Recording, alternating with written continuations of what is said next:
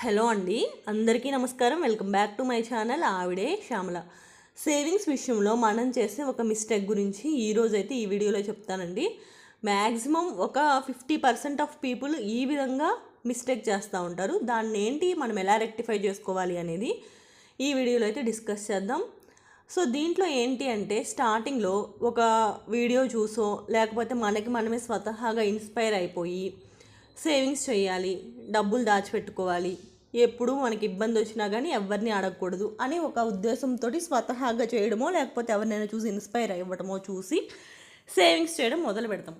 But ఆ మొదలుపెట్టింది continue చేస్తామా అంటే కంటిన్యూ చేయం. ఒక మధ్యలో బ్రేక్ పడిపోయింది, దాని తర్వాత ఇంకంతే, మళ్ళీ ఇంక మర్చిపోతాం, మళ్ళీ మన డైలీ రొటీన్లోకి వెళ్ళిపోతాము. ఇంక సేవింగ్స్ దీని గురించి అంతా అసలు ఇంకేం పట్టించుకోం. సో అట్లా అవ్వకూడదు. మనం సేవింగ్స్ అనేది కంటిన్యూ ప్రాసెస్లో చేసుకుంటూ వెళ్ళాలి. అది ఏదైనా కానివ్వండి, ఒక చిన్న కాయిన్స్ కానివ్వండి, పెద్ద నోట్స్ కానివ్వండి, ఏదైనా సరే మనం చేసేది కంటిన్యూ అవ్వాలి. అది ఆగిపోకూడదు అనుకుంటే మనం ఒక టార్గెట్ పెట్టుకోవాలి. ఒక 6 monthsలో ఇంత సేవ్ చేస్తాము, 1 yearలో ఇంత సేవ్ చేస్తాం, లేకపోతే ఈ 1 yearలో 10 grams గోల్డ్ తీసుకోవాలి, లేకపోతే ఒక ఇంటి కోసం ఒక ప్రణాళిక వేసుకోవాలి, 5 yearsలో మనం ఎంత దాచిపెట్టాలి. ఈ విధంగా మీకు తగ్గట్టుగా ఒక టార్గెట్ని అయితే ఫిక్స్ చేసుకోండి. టార్గెట్ ఫిక్స్ చేసుకుంటే 1,00,000 అనుకుంటే అట్లీస్ట్ 70,000 వరకు వెళ్తాం. అలా టార్గెట్ లేకుండా ఈరోజు చేసాం కదా రేపొద్దులే అట్లా అనుకుంటా వెళ్ళామంటే కనుక ఎప్పటికీ గోల్ రీచ్ అవ్వము. మనం సేవింగ్స్ చేసే డబ్బులు కూడా ఉండవు, ఏమీ కూడా. ఒకసారి బ్రేక్ అయిపోయిందంటే ఇక అంతే, పక్కన పెట్టేస్తాం. ఈవెన్ నేనైనా సరే ఒక హుండీ బ్రేక్ చేశానంటే దాన్ని మళ్ళీ తిరిగి స్టార్ట్ చేయడానికి నాకే ఒక 1 month వరకు పట్టింది లాస్ట్ టైం అయితే. సో దాని తర్వాత ఫస్ట్ టైం 1 month పడింది, దాని తర్వాత నెక్స్ట్ టైం ఏంటి త్వరగానే రికవర్ అయిపోయాను, 1 weekలో స్టార్ట్ చేసుకున్నా.